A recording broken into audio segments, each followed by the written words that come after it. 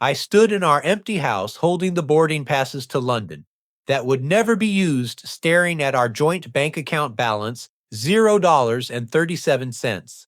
24 hours before our new life was supposed to begin, I discovered Brad's promotion was a lie. The job overseas didn't exist, and he'd vanished with Tiffany and every penny we'd saved in 8 years of marriage. I'd sold my grandmother's antique furniture, my car, even my wedding ring to fund this dream. But Brad had no idea what he'd just unleashed. 3 months earlier, everything seemed perfect. Brad came home from work that Tuesday evening with the biggest smile I'd seen in years. He practically bounced through our front door in Sacramento waving an official-looking envelope from Hartwell and Associates. "Jane, you're not going to believe this," he said, spreading papers across our kitchen table. "Remember how I mentioned the firm was expanding internationally? Well, they want me to head up the new London office." I nearly dropped the pasta I was draining. "London, are you serious?" The documents looked impressive.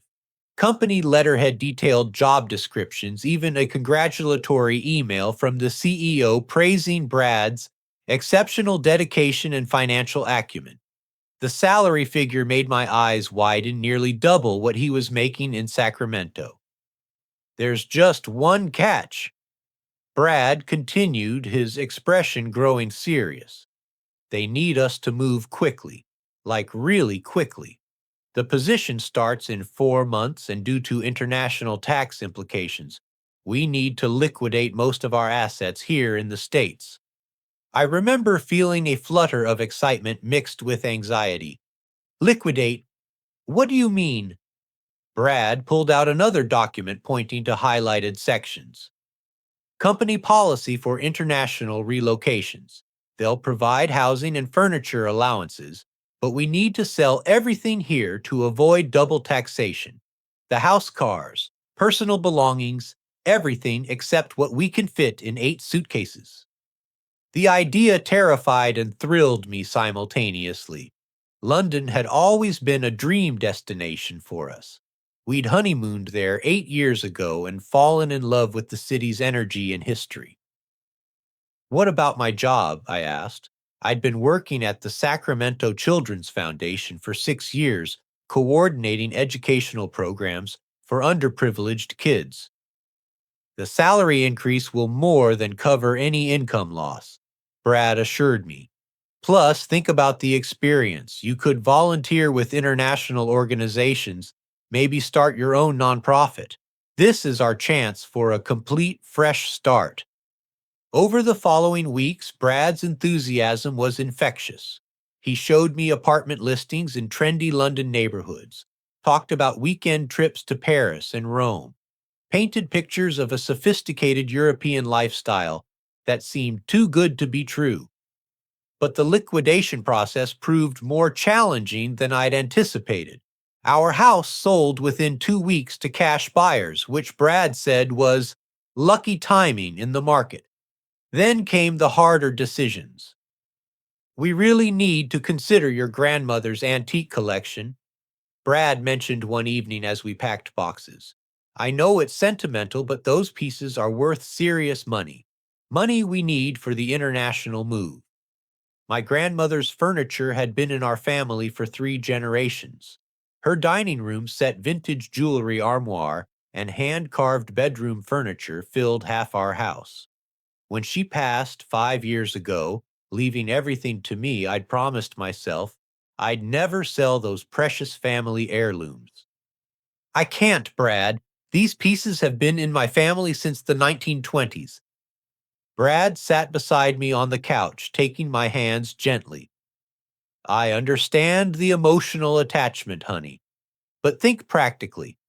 We can't ship antique furniture internationally. The costs would be astronomical, and the risk of damage is too high. Wouldn't it be better to sell them to someone who will appreciate them and use that money to build our new life together?" He'd arranged for an appraiser to evaluate everything. The man spent 3 hours examining each piece, finally declaring the collection worth $45,000. The number stunned me.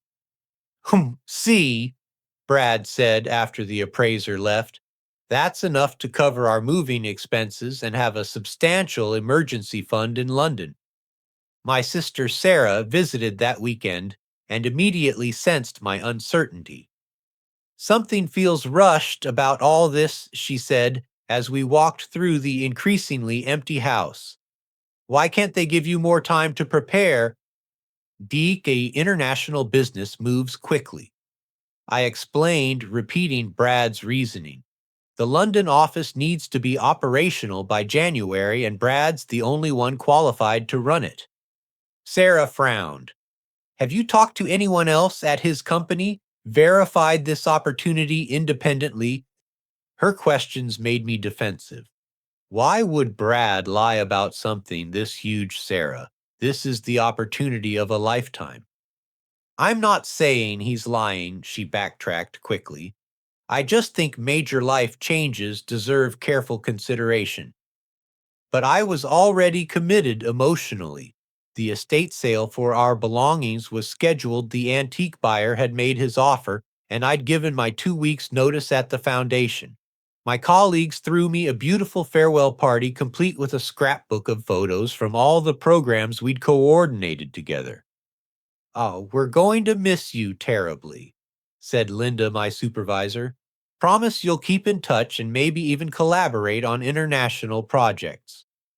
Selling my car felt surprisingly liberating. Brad had already sold his, explaining that the company would provide transportation in London until we could purchase something suitable for European driving. The antique sale happened on a rainy Thursday morning. Watching strangers carry away my grandmother's treasured furniture felt like selling pieces of my soul, but I consoled myself with thoughts of our upcoming adventure. Brad seemed increasingly nervous as our departure date approached, but I attributed his behavior to excitement about the massive career change. He spent long hours at work supposedly training his replacement and tying up loose ends. Are you sure you're okay? I asked one evening, when he seemed particularly distracted. Just overwhelmed with all the transition details, no, he replied. International relocations involve so much paperwork and coordination. I should have paid more attention to his late-night computer sessions. I should have questioned why he was suddenly so secretive about his work conversations.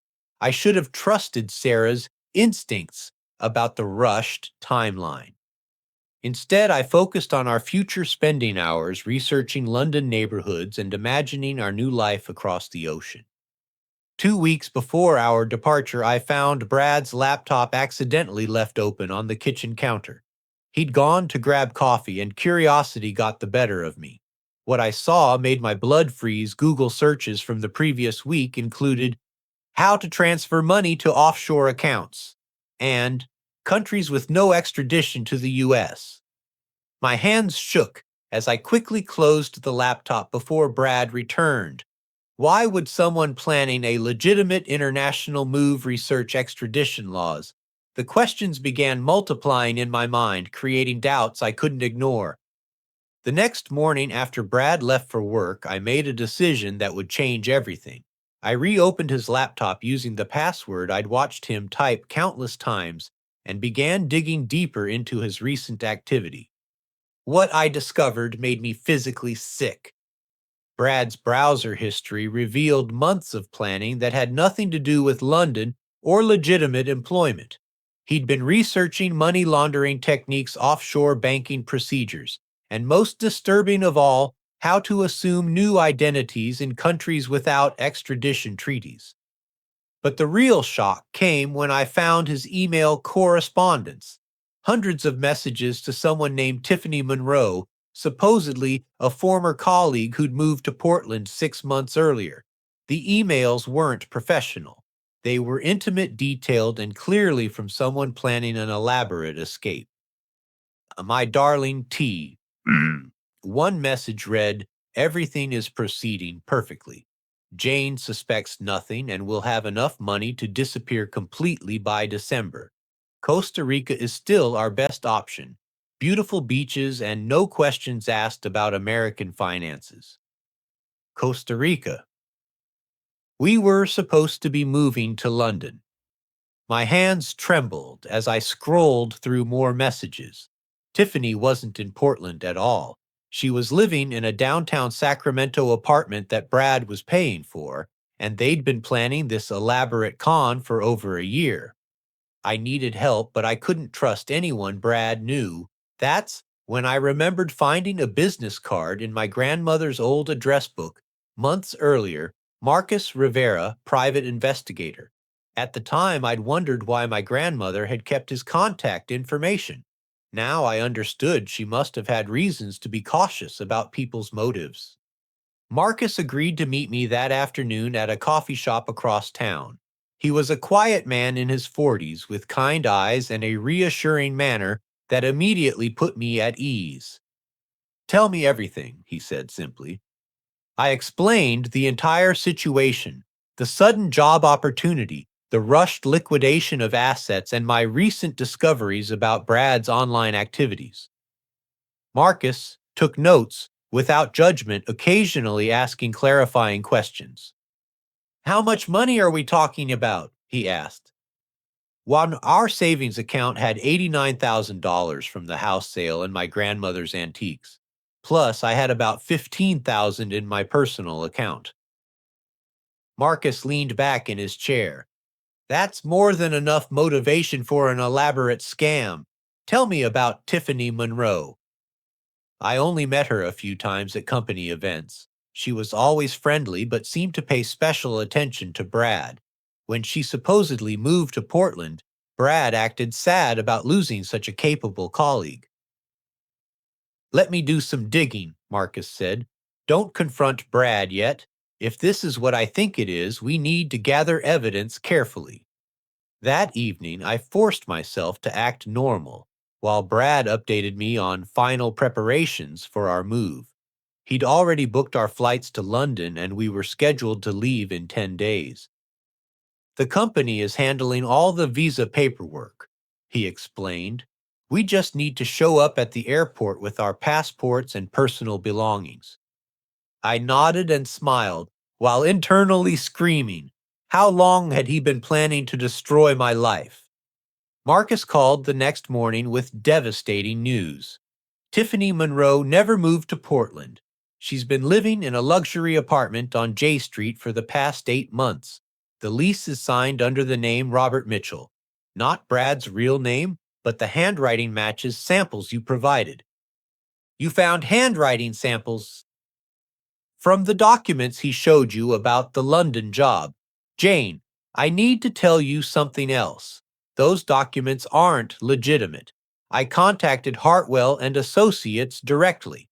They have no international expansion plans, and they've never offered Brad a promotion to London." The world tilted sideways. Everything, absolutely everything, had been an elaborate lie. "There's more," Marcus continued. "I followed Brad yesterday evening. He went straight to Tiffany's apartment and stayed for 3 hours. They're definitely planning something together." I felt like I was drowning. What do I do now? We keep investigating. I need to understand the full scope of this scheme before we involve authorities. Can you access your joint bank accounts online? When I checked our accounts that afternoon, my worst fears were confirmed. Brad had been systematically transferring money in small increments to avoid triggering bank notifications. Our primary savings account, which should have contained $89,000, now showed a balance of $12,000.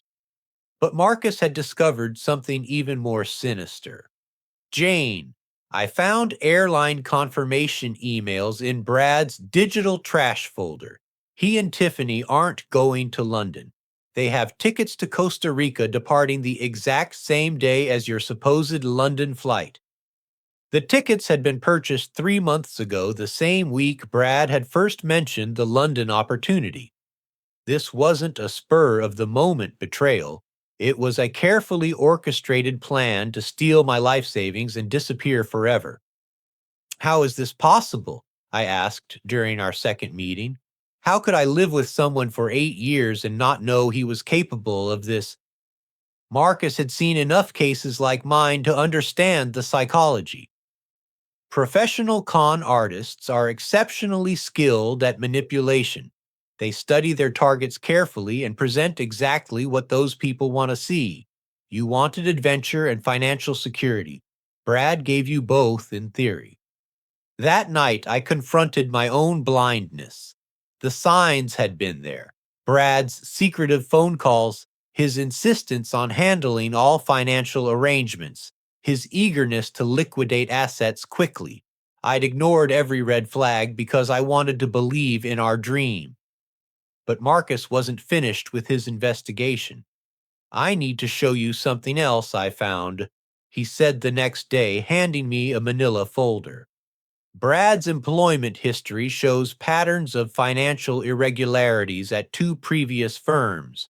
In both cases, he left suddenly just before audits revealed missing client funds. The folder contained copies of employment records, newspaper articles, and legal documents. Brad hadn't just stolen from me, he'd been running financial scams for years. Why wasn't he prosecuted before? I asked. Right, the amounts were smaller, and the companies chose to handle it quietly rather than face negative publicity. But Jane, there's something else you need to know. I found records of a previous marriage. My heart stopped. What? Brad was married to a woman named Patricia Daniels in Denver 4 years ago. She filed a police report claiming he'd stolen her inheritance and life savings before disappearing. The case was never solved because Brad had changed his identity by the time authorities got involved. I stared at the documents in horror. What happened to Patricia? Marcus's expression grew solemn. 6 months after Brad disappeared with her money, Patricia committed suicide. She left a note saying she couldn't live with the shame of being so thoroughly deceived. The weight of that revelation crushed me. Brad hadn't just stolen money, his actions had destroyed another woman's will to live. If I hadn't discovered his plan, would I have suffered the same fate? Armed with Marcus's evidence, I realized the true scope of Brad's deception went far beyond a simple affair and theft. He'd been systematically planning to destroy my life while building a new one with Tiffany, and I was apparently following the same tragic path as Patricia Daniels. Marcus had uncovered financial records showing Brad's methodology was sophisticated and ruthless. He's been forging your signature on loan documents, Marcus explained during our third meeting. You now have 3 credit cards and 2 personal loans in your name that you never applied for. The papers he showed me were devastating. Brad had somehow obtained credit in my name, totaling nearly $30,000. My credit score, which I'd spent years building to an excellent rating, was now destroyed by missed payments on accounts I'd never opened. Oh, how is this legal? I demanded. How can someone take out loans in my name without my knowledge? It's not legal, but it's surprisingly easy to do when the perpetrator has access to personal information and signature samples. Brad's been forging your name for months, probably practicing until he could replicate it perfectly. But the financial fraud was only part of the scheme. Marcus had also discovered that Brad had convinced my grandmother's antique appraiser to deliberately undervalue the collection. The appraiser Robert Chen has a history of working with people who want to hide assets or defraud insurance companies. Your grandmother's pieces were actually worth closer to $75,000, not the $45,000 you were told. I felt sick thinking about the additional money Brad had stolen through this deception. So he split the difference with the appraiser. Most likely. Chen probably gave you a legitimate seeming appraisal while privately selling the pieces for their true value, giving Brad the extra $30,000 under the table. The revelation that even the antique sale had been corrupted Felt like losing my grandmother all over again. Those weren't just valuable pieces, they were my family's history sold based on lies. Marcus had also been investigating Tiffany Monroe's background. She's not just Brad's mistress, she's his partner in crime. Tiffany has expertise in money laundering and offshore banking. She's worked for several financial firms that were later investigated for suspicious transactions. Miss, so this is what she does professionally. It appears so. I found evidence that she and Brad have been planning similar schemes targeting other wealthy individuals. They're essentially professional romance scammers operating at a sophisticated level. The most disturbing discovery came when Marcus showed me surveillance photos from Brad's recent activities. I've been following him for the past week. Every night after work, he goes to Tiffany's apartment. But look at these pictures from inside his car. The photos showed Brad speaking animatedly on his phone while parked outside our house. Marcus had used specialized listening equipment to record fragments of conversation. He's been discussing something called the final cleanup, Marcus reported. I couldn't capture full conversations, but the tone suggests they're planning something beyond just disappearing with your money. A chill ran down my spine. What kind of cleanup?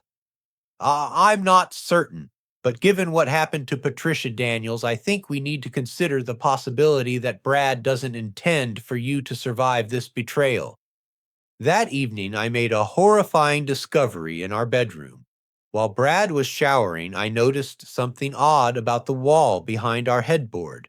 A section seemed slightly different in color, as if it had been recently repaired. Using a butter knife from the kitchen, I carefully pried at the edge until a small panel came loose, revealing a hidden compartment I'd never known existed. Inside, I found items that made my blood turn to ice: false passports, bearing Brad's photo but with different names, bundles of cash totaling several $1,000s, and most terrifying of all, a small vial of clear liquid with no label. I quickly photographed everything with my phone before replacing the panel exactly as I'd found it. When Brad emerged from the shower, I was pretending to read a magazine, but my hands were shaking so badly I could barely turn the pages. Everything okay, honey? He asked, his voice carrying a tone I now recognized as calculating rather than caring. Just tired from all the packing, I managed to reply. That night, I lay awake staring at the ceiling while Brad slept peacefully beside me. How had I shared a bed for 8 years with someone capable of such elaborate cruelty? How many nights had I fallen asleep next to a man who was planning my destruction? The next morning, I called Marcus immediately. I think Brad has been drugging me, I whispered into the phone while Brad was at work. You know how I've been sleeping so deeply lately, I thought it was stress, but now I think he's been putting something in my evening tea. Marcus's voice became urgent. Jane, you need to be extremely careful. If Brad suspects you know anything, you could be in immediate physical danger. We need to involve law enforcement now. But will they believe me? All I have is circumstantial evidence and suspicious behavior. With what we've uncovered, the financial fraud, identity theft, and now potential poisoning, this is definitely a federal case. I have contacts at the FBI who specialize in complex financial crimes. That afternoon, Marcus arranged a meeting with Special Agent Janet Holbrook, who worked with the FBI's white-collar crime unit. Agent Holbrook was a sharp woman in her 50s who listened to our evidence with professional skepticism that gradually turned to concern. This pattern matches several cases we've been tracking, she said after reviewing Marcus's files. There's been an increase in sophisticated romance scams targeting individuals with significant assets, but your case has elements that suggest something more dangerous. More dangerous how? I asked. Well, the level of identity fraud, the hidden assets, and especially the previous victim who committed suicide, this suggests your husband might be part of a larger criminal organization that eliminates loose ends. The meeting ended with Agent Holbrook agreeing to open an investigation, but she warned me that building a case could take weeks or months. In the meantime, you need to act as normal as possible. Any indication that you suspect his plans could put you in immediate danger. Walking back to my car after the meeting, I felt the full weight of my situation. I was married to a stranger who'd spent years planning to destroy me financially and possibly physically. I had 5 days until our supposed departure to London, which I now knew was actually the deadline for my own potential elimination. The man I'd loved and trusted for 8 years was a professional predator who'd already driven one woman to suicide, and now I was his next target. The night before our supposed departure to London, I couldn't pretend anymore. The weight of everything I'd discovered over the past 2 weeks had become unbearable. I needed answers, and I needed them directly from Brad. I waited until he finished his evening routine. The same routine I now suspected included adding something to my tea to ensure I'd sleep deeply while he conducted his criminal activities. When he settled onto the couch with his laptop, I sat across from him with my own computer open. Brad, I need to ask you something important.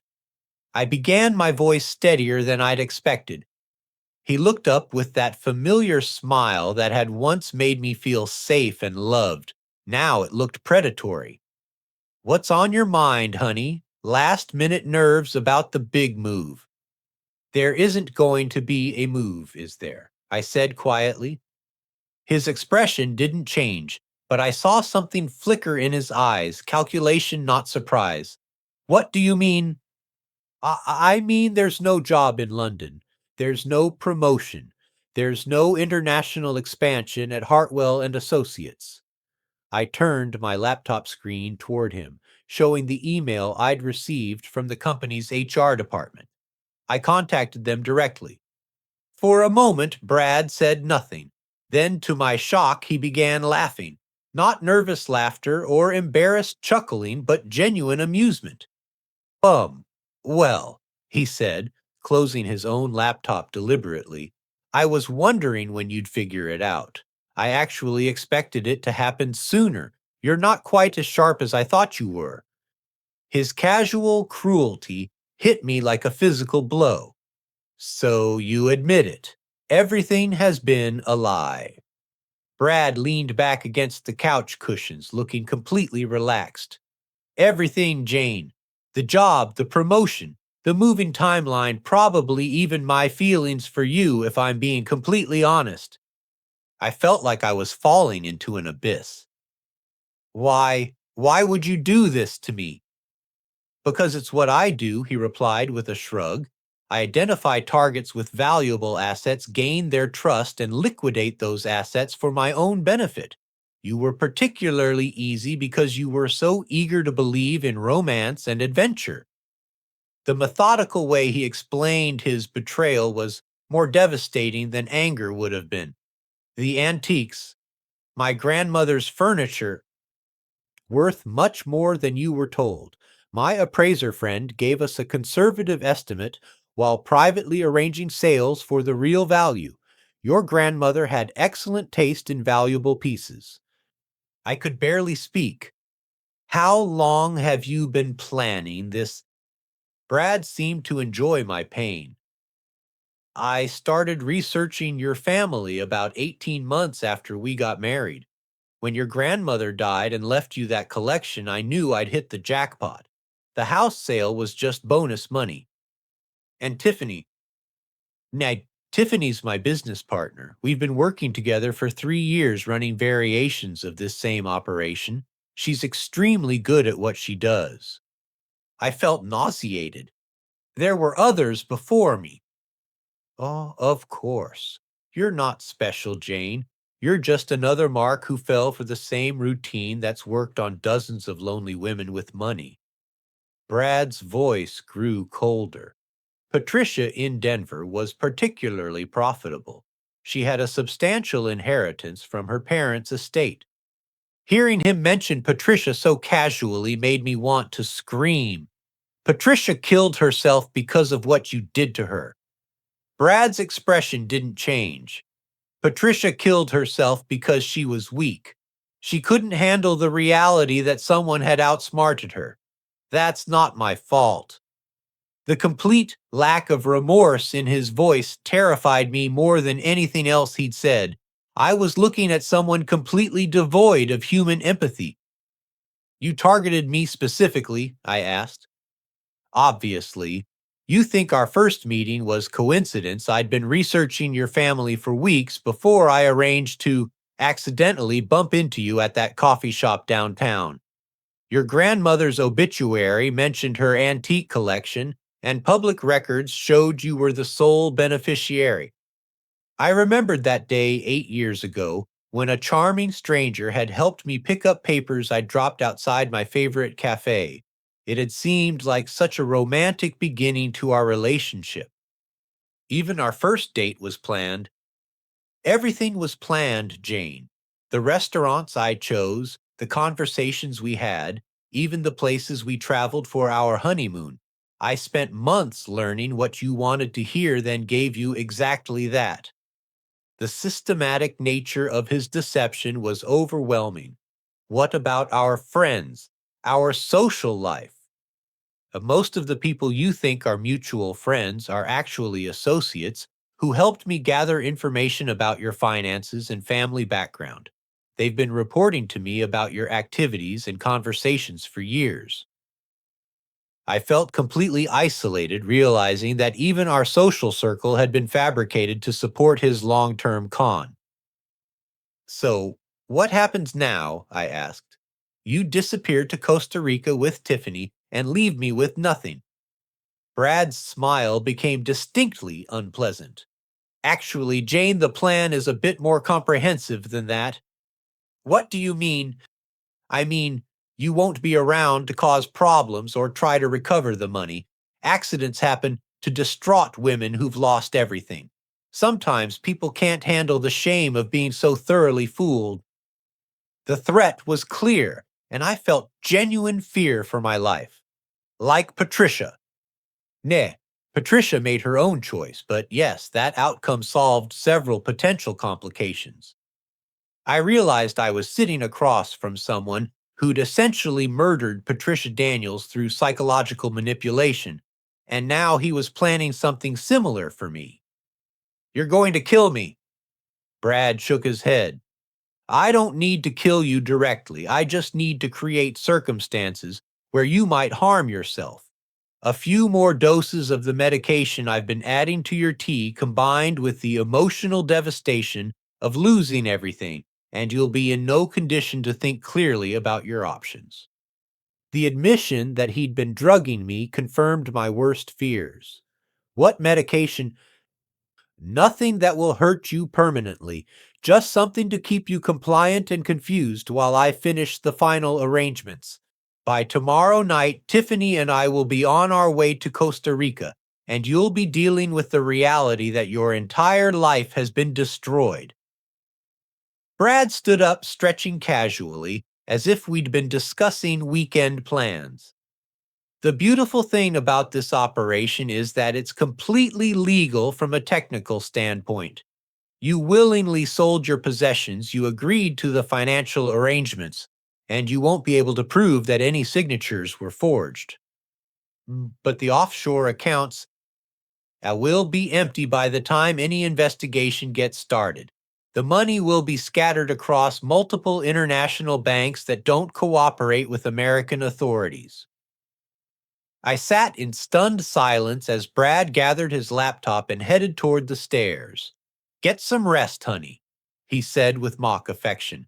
Tomorrow's going to be a difficult day for you. As I listened to him moving around upstairs, probably making final preparations for his escape, I felt something unexpected beginning to grow alongside my fear and devastation. It was anger, pure focused rage at what he'd done, not just to me, but to Patricia, and probably other women whose lives he destroyed. Brad had made one crucial mistake in his gloating confession. He assumed I was as helpless and naive as I'd appeared to be throughout our marriage.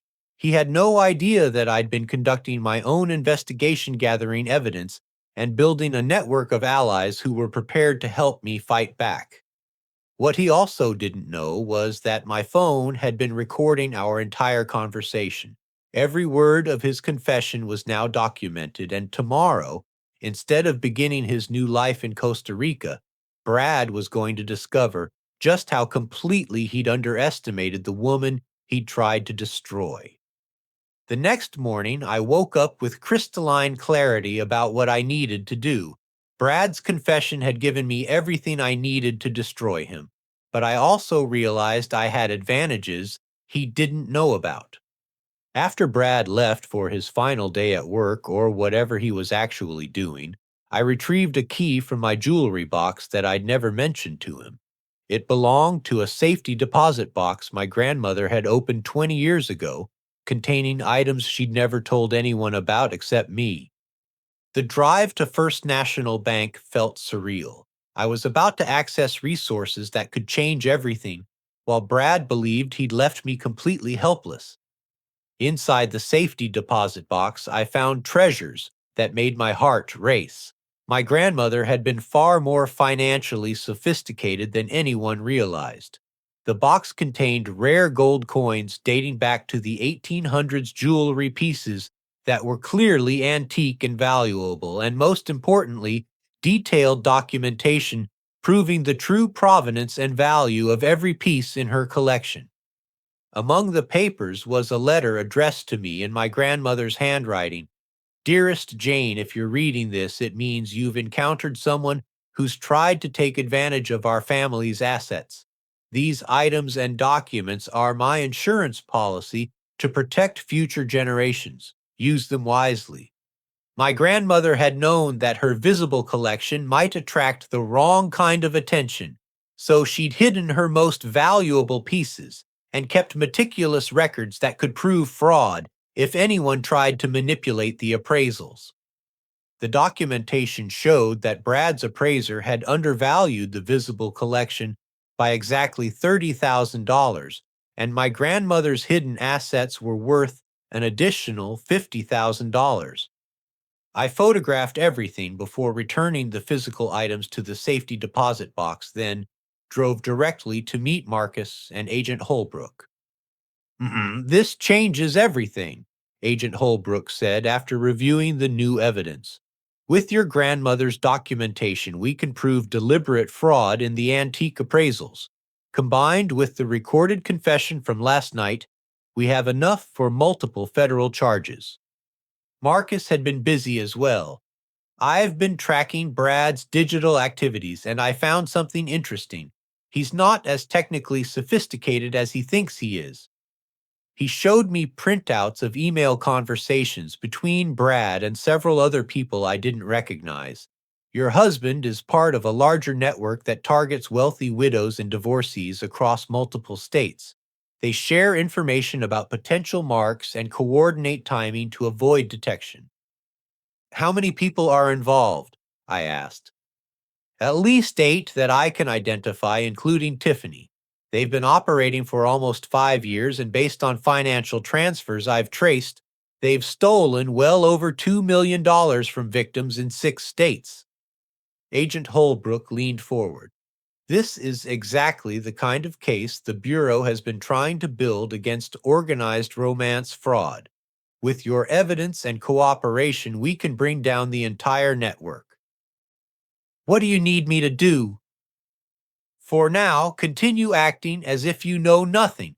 Brad's flight to Costa Rica isn't until tomorrow evening, which gives us time to coordinate with international authorities to freeze his offshore accounts and arrange his arrest." But I had my own ideas about how this should play out. What if we could get him to confess to everything on video in front of multiple witnesses? Marcus and Agent Holbrook exchanged glances. "What do you have in mind?" Marcus asked. "Brad thinks I'm going to be devastated and helpless when he reveals the truth tonight. What if instead of falling apart, I turned the tables on him? I spent the rest of the day making careful preparations. My neighbor Danny, a 17-year-old computer genius who'd always been fascinated by detective work, helped me set up recording equipment throughout our house. This is like something from a movie, Danny said as he positioned tiny cameras and microphones in strategic locations. Are you sure you're not in physical danger? But Agent Holbrook will have surveillance teams positioned around the house, I assured him. Plus, I'm not the helpless victim Brad thinks I am. I also called my sister Sarah, finally explaining everything that had been happening. Her reaction was explosive. Well, I knew something was wrong, Jane. Why didn't you tell me sooner? I could have helped with the investigation. I needed to be sure about what we were dealing with, but Sarah, I need your help tomorrow night. I outlined my plan for confronting Brad with witnesses present. Sarah immediately agreed to participate and even offered to bring her boyfriend, Michael, who worked as a paralegal and understood legal procedures. The most crucial call was to Thomas Hartwell, Brad's boss at the accounting firm. I'd been dreading this conversation, expecting to have to convince him that one of his employees was a criminal. Instead, Thomas surprised me completely. Mrs. Patterson, I've been hoping you'd contact me. I've been investigating Brad's activities for several months. You have. We've had discrepancies in client accounts that trace back to Brad's work. I've been cooperating with federal investigators, but we needed more evidence to build a solid case. Then Thomas told me something that shocked me into silence. Jane, I should have contacted you sooner, but I wasn't sure how to approach this. I'm your uncle, your father's younger brother. The world seemed to stop spinning. What? Your father and I had a falling out 20 years ago over a business disagreement. I changed my name professionally and we lost touch. When Brad started working here 5 years ago and I learned he'd married a Jane Patterson from Sacramento, I realized who you were. I could barely process this information. You've been watching out for me as much as I could without interfering in your life. When I noticed irregularities in Brad's work, I started investigating more thoroughly. I've been building a case against him partly as a federal investigator and partly as your uncle who's been too proud to reconnect with family. This revelation changed everything. I wasn't as alone as I'd thought, and I had family support I'd never known existed. Uncle Thomas, I need your help tomorrow night. Whatever you need, Jane, it's time to end Brad's criminal career permanently. By the time Brad came home that evening, I had a network of allies in place and a plan that would turn his own methods against him. He thought he was dealing with a naive woman who'd be easily destroyed by his betrayal. Tomorrow night, he was going to discover that the granddaughter of a woman smart enough to hide $50,000 worth of assets had inherited more than just antiques. I'd inherited the intelligence and determination to fight back against anyone who tried to destroy my family. Brad had made his biggest mistake when he underestimated both my grandmother's legacy and my own capacity for strategic thinking. His carefully planned escape to Costa Rica was about to become a one-way trip to federal prison. The evening of Brad's planned departure, I set my trap with the precision of someone who'd learned from a master manipulator. Everything had to appear normal while I orchestrated his complete downfall. Brad came home that final day acting more nervous than I'd ever seen him. He kept checking his phone and seemed jumpy about every sound outside the house. Feeling okay? I asked, playing the concerned wife perfectly. You seem anxious about our big departure tomorrow. Just final preparations, he replied, but I could see sweat beading on his forehead despite the cool Sacramento evening. What Brad didn't know was that Agent Holbrook had already coordinated with Costa Rican authorities to freeze his offshore accounts. Federal agents were monitoring Tiffany's apartment, and Thomas had provided evidence that would result in fraud charges, even if Brad somehow escaped the country. At 7 o'clock, I initiated the final phase of my plan. Brad, my sister Sarah, is coming over to say goodbye. I hope that's okay. His expression tightened slightly. Tonight, that seems like poor timing. She's bringing Michael her boyfriend. They wanted to wish us well before our big adventure. I could see Brad calculating whether this posed any threat to his plans. Since he believed I knew nothing about his true intentions, he probably decided my family's visit would provide good cover for his normal behavior. Sarah and Michael arrived at 7:30, followed 15 minutes later by an unexpected visitor. Uncle Thomas, I said loudly enough for Brad to hear from the kitchen. What a surprise! Brad appeared immediately looking confused. Thomas, what are you doing here? I wanted to congratulate you both on the London opportunity, Thomas replied smoothly. It's not often an employee gets such a significant promotion.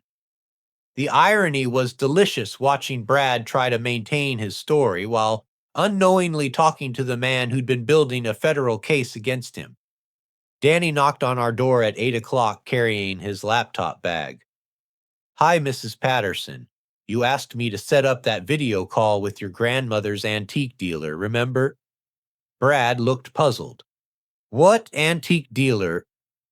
I thought it would be nice to have a final conversation with Robert Chen about grandmother's pieces, I explained. Danny's going to help us set up a group video call so everyone can participate. What Brad didn't realize was that Danny was activating recording equipment throughout the room while pretending to set up a video conference. At 8:15, Marcus Rivera arrived. Who's this? Brad asked, his nervousness now clearly visible. This is Marcus, a friend of my grandmother's. He wanted to meet you before we left for London. Marcus shook Brad's hand firmly. I've heard so much about you from Jane. I understand you're quite successful in finance. By 8:30, our living room contained 6 people, multiple recording devices, and a completely trapped Brad Patterson. Actually, I said, taking a position where I could see everyone clearly, before we start the video call, I have something to share with everyone. I pulled out my phone and connected it to our television. Last night, Brad and I had the most interesting conversation about our future plans. Brad's face went white as he heard his own voice coming from the speakers. Everything Jane, the job, the promotion, the moving timeline, probably even my feelings for you if I'm being completely honest. The room fell completely silent except for the recorded conversation continuing to play. Brad tried to move toward the door, but Michael had positioned himself there, and Marcus was blocking the other exit. Because it's what I do, Brad's recorded voice continued. I identify targets with valuable assets, gain their trust, and liquidate those assets for my own benefit. Sarah gasped audibly. Jane, is this real? Keep listening, I said, watching Brad's face cycle through disbelief, panic, and calculation. When the recording reached the part about Patricia Daniels and Brad's admission that he'd been drugging me, Thomas stepped forward. Bradley Patterson, as of this moment, you're under federal investigation for wire fraud, identity theft, money laundering, and conspiracy to commit interstate commerce fraud. You can't prove anything, Brad said, but his voice cracked. That recording was made without my consent. Actually, Agent Holbrook said, stepping into the room from our patio. In California, single-party consent makes that recording completely legal. Plus, we have corroborating evidence from multiple sources. Brad looked around the room, finally realizing he was completely surrounded by people who'd been working together to expose him. The offshore accounts are frozen, Agent Holbrook continued. Tiffany Monroe was arrested this afternoon trying to board a flight to Miami, and your employer has provided financial records showing systematic theft from client accounts over the past 3 years. This is entrapment, Brad protested. No, this is justice, I said firmly. For Patricia Daniels, for all the other women you've destroyed, and for my family's legacy that you tried to steal. Marcus opened a folder and spread documents across our coffee table. We also have evidence of your previous cons in Denver, Phoenix, and Atlanta. The FBI has been tracking this romance fraud network for 2 years. Brad slumped into a chair, the fight going out of him, as he realized the scope of what we'd uncovered. How? He asked quietly. You made one crucial mistake, I said. You assumed I was as helpless and trusting as I appeared to be, but you never bothered to really understand my family or my background. I showed him copies of my grandmother's hidden documentation. My grandmother was far more sophisticated than you realized. She kept detailed records specifically to protect against people like you. Thomas stepped forward. And you had the misfortune of working for someone who's actually Jane's uncle and who's been investigating financial crimes for 20 years. Uncle Brad looked genuinely shocked. Family has a way of looking out for each other, Thomas said. Something you clearly never understood. Agent Holbrook moved to place handcuffs on Brad. Bradley Patterson, you're under arrest for federal fraud charges.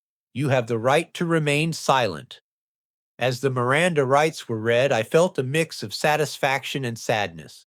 The man I'd loved for 8 years had never existed. I was watching the arrest of a stranger who'd stolen that love and tried to destroy my life with it. But I was also watching justice being served not just for me, but for Patricia Daniels and however many other victims Brad had left devastated in his wake. The most satisfying moment came when Agent Holbrook told him about the international cooperation. Even if you'd made it to Costa Rica, you would have been arrested at the airport. Your new identity documents are worthless because we've been tracking this network for months. After Brad was led away, my family and friends gathered around to make sure I was truly okay. Jane, Sarah said, hugging me tightly, I'm so proud of how you handled this.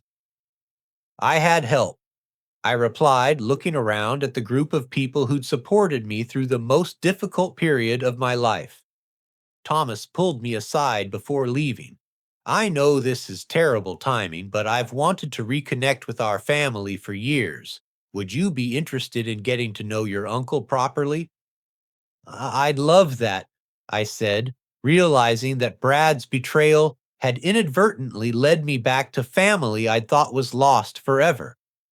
As everyone left that evening, I stood in my empty house, feeling something I hadn't expected: hope. Brad had tried to destroy my life, but instead, he'd forced me to discover strength I didn't know I possessed and reconnect with family support I'd never known existed. Tomorrow would bring the long process of rebuilding, but tonight I felt the deep satisfaction of knowing that a dangerous criminal was off the streets and could never hurt another woman the way he'd tried to hurt me. 6 months later, I stood in the Sacramento County Courthouse, watching Brad receive a 15-year federal sentence for multiple counts of fraud, identity theft, and conspiracy. The judge's words brought closure I desperately needed. Mr. Patterson, your systematic targeting of vulnerable individuals represents a particularly heinous form of financial predation. The psychological damage you've inflicted extends far beyond monetary loss, and this sentence reflects the severity of your crimes against multiple victims across several states. Tiffany had already been sentenced to 8 years after agreeing to testify against the larger network. Her cooperation led to the arrests of 6 other romance scammers operating across the western United States. The most meaningful moment came when I met Patricia Daniels' adult children who traveled from Denver for Brad's sentencing. Through the FBI's asset recovery program, I was able to return $47,000 that had been traced back to their mother's stolen inheritance. Mom would be so grateful to know her story helped stop this from happening to other people. Patricia's daughter told me through tears, "Thank you for having the courage to fight back. My own financial recovery exceeded every expectation. The FBI's investigation uncovered assets Brad had hidden in multiple accounts, including money stolen from other victims. I received $198,000 in recovered funds, plus a $50,000 reward for my assistance in dismantling the fraud network. My grandmother's hidden safety deposit box provided another $68,000 when I sold those carefully documented antiques to legitimate collectors who paid their true value. But the most unexpected windfall came from the insurance fraud investigation. When authorities discovered that Brad's appraiser, Robert Chen, had been systematically undervaluing estates for criminal organizations, several insurance companies offered settlements to victims whose families had been defrauded. My grandmother's estate received an additional $85,000 in compensation. The total recovery gave me financial security I'd never dreamed possible, and the resources to completely rebuild my life on my own terms. I used part of the money to purchase a beautiful craftsman-style house in Sacramento's historic district, complete with a garden where I could grow herbs and vegetables. The simple pleasure of having space that was entirely my own with no hidden secrets or false promises felt like the greatest luxury imaginable. My career took an unexpected but fulfilling direction. The state attorney general's office offered me a position as a victim advocate and fraud investigator work that used my experience to help other people who'd been targeted by financial predators. You have a unique understanding of how these scams work from the victim's perspective, my supervisor explained. That insight is invaluable for both investigations and victim support. The work proved incredibly rewarding. In my first 6 months, I helped identify 3 other romance fraud operations and assisted 22 victims in recovering stolen assets. Each case felt like honoring Patricia's memory and preventing other families from experiencing the devastation I'd nearly faced. My relationship with Uncle Thomas blossomed into one of the most positive aspects of my new life. We had weekly dinners where he shared stories about my father's childhood and helped me understand family history I'd never known. Your father would be so proud of how you handled this situation, Thomas told me one evening. The Patterson family has always been fighters, but you took it to a whole new level. Through Thomas, I also met his daughter, Rebecca, my cousin, who became one of my closest friends. Having family connections I'd never known about helped heal the betrayal and isolation Brad had created. The most surprising development in my personal life was my growing relationship with Marcus Rivera. What had begun as a professional connection during the investigation slowly evolved into friendship and eventually into something deeper. I've never met anyone as brave as you, Marcus told me during our first official date 3 months after Brad's arrest. Watching you turn the tables on someone who'd planned to destroy you was incredible. Our relationship developed slowly and honestly built on mutual respect and shared experiences rather than the manipulation I'd experienced with Brad. Marcus understood the importance of rebuilding trust carefully, and I appreciated having a partner who supported my independence rather than trying to control it. With my newfound financial stability and career satisfaction, I also established the Patricia Daniels Foundation for Fraud Victims, a nonprofit organization providing legal assistance and counseling support for people targeted by romance scams and financial predators. The foundation's first major success came when we helped a 72-year-old widow recover $38,000 from a man who'd been courting her online while systematically draining her retirement savings. Seeing her relief and gratitude reminded me why this work was so important. I thought I was too smart to fall for something like this, she told me. But you helped me understand that being targeted by criminals isn't a reflection of intelligence or weakness. That conversation encapsulated the most important lesson I'd learned through my ordeal with Brad being victimized by professional manipulators doesn't indicate personal failure. These criminals are skilled at exploiting normal human desires for love, security, and adventure. My work with the foundation also led to legislative advocacy. I testified before the California State Assembly about the need for stronger protections against romance fraud and identity theft. These crimes cause not just financial damage, but profound psychological trauma. I told the lawmakers, we need laws that recognize the full scope of harm and provide meaningful recourse for victims. The testimony contributed to passage of the California Financial Predator Protection Act, which created stronger penalties for romance fraud and established victim compensation funds. On the one-year anniversary of Brad's arrest, I received unexpected news that provided the perfect closure to this chapter of my life. Agent Holbrook called to tell me that the international investigation had uncovered evidence linking Brad's network to organized crime families operating in 3 countries. Your case was the key that broke open a much larger criminal enterprise, she explained.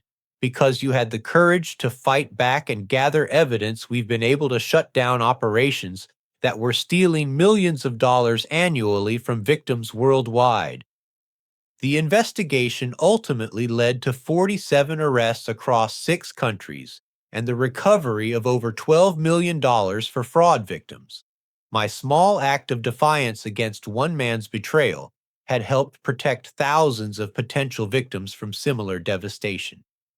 That evening, Marcus and I celebrated the anniversary by having dinner at the same restaurant where Brad had first told me about the fake London opportunity. Instead of feeling sad about the memories, I felt proud of how far I'd come and excited about the future I was building. Do you ever regret that it happened? Marcus asked as we shared dessert. I considered the question carefully. I regret the pain it caused, especially what happened to Patricia, but I don't regret learning what I'm capable of when I'm pushed to my limits. This experience taught me that I'm much stronger and more resourceful than I ever knew.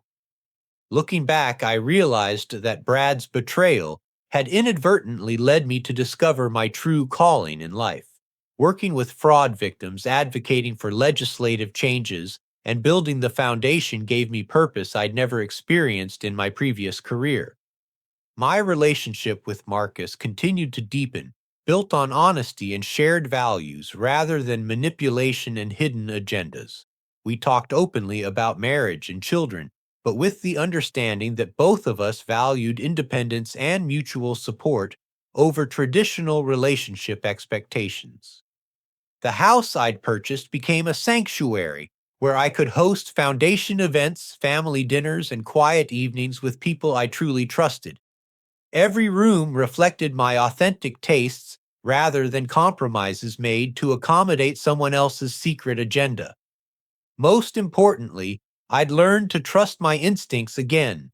The red flags I'd ignored in my marriage to Brad now served as valuable warning signs that helped me identify dishonesty in both personal and professional relationships. As I've shared my story with other fraud victims, I've realized that recovery isn't just about regaining financial losses. It's about rebuilding your sense of self-worth and your ability to make sound judgments about people and situations. The work I do now serves a purpose larger than my own healing. Every person we help through the foundation, every criminal we help authorities apprehend, and every legislative change we advocate for creates a safer environment for vulnerable people seeking love and companionship. Brad thought he was destroying a naive woman who'd be easily replaced by his next target. Instead, he inadvertently created his worst nightmare, someone with the knowledge, resources, and determination to fight back against financial predators like him. The most satisfying aspect of my new life is knowing that I've turned my worst experience into something that protects other people from similar devastation. Patricia Daniels didn't survive her encounter with Brad, but her memory lives on through the work we do to prevent other families from experiencing that kind of loss. I want to ask you something important. Have you ever experienced warning signs in a relationship that you ignored because you wanted to believe in someone's promises? Sometimes the people closest to us aren't who they appear to be, and trusting your instincts can literally save your life. I'd love to hear your thoughts in the comments about how we can better protect ourselves and our loved ones from people who prey on trust and affection. If this story resonated with you, please like this video to help it reach other people who might benefit from hearing about the warning signs of fraud and manipulation.